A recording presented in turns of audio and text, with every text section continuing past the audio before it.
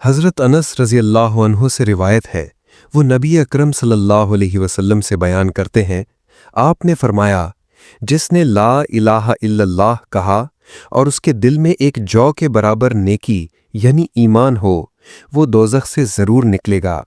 और जिसने ला इलाहा इल्लल्लाह कहा और उसके दिल में गेहूं के दाने के बराबर भलाई यानी ईमान हो, वो दोज़ख से ज़रूर निकलेगा।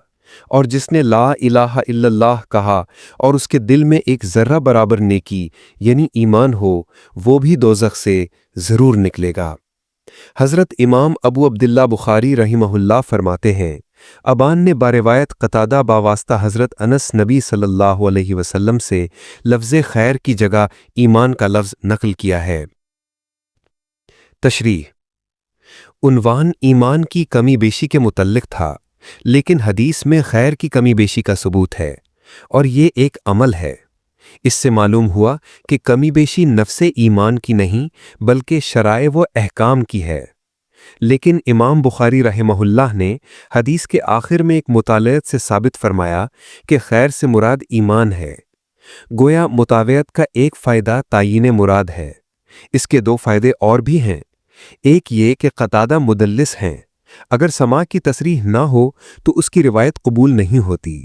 इमाम साहब ने मुतावियत से तहदीस हद्दसना की तसरीह कर दी। गोया दूसरा फ़ायदा तसरीह समा का हुआ।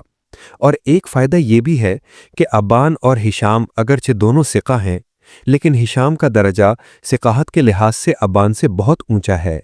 इसलिए इमाम साहब ने हिशाम की रिवायत को असल करार दिया और उसकी खामी को मुतावियत ज़िक्र करके दूर कर दिया।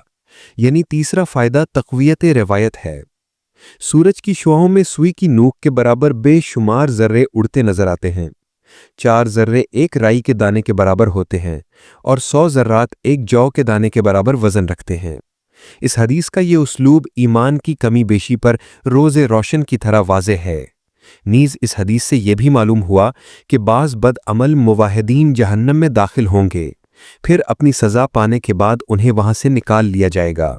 इसमें ख़वारिज के मसलक के बरक्स इस बात का इस्बात है कि कबीरा गुनाहों का मुर्तकिब काफिर नहीं होता, ना वो हमेशा के लिए जहन्नम ही में रहेगा। इससे ये मालूम हुआ कि ईमान के लिए सिर्फ मारिफत नाकाफ़ी है, बल्कि ज़बान से इक़रार और वो भी दिली यकीन के साथ होना ज़रूरी है। शरहुल करमानी।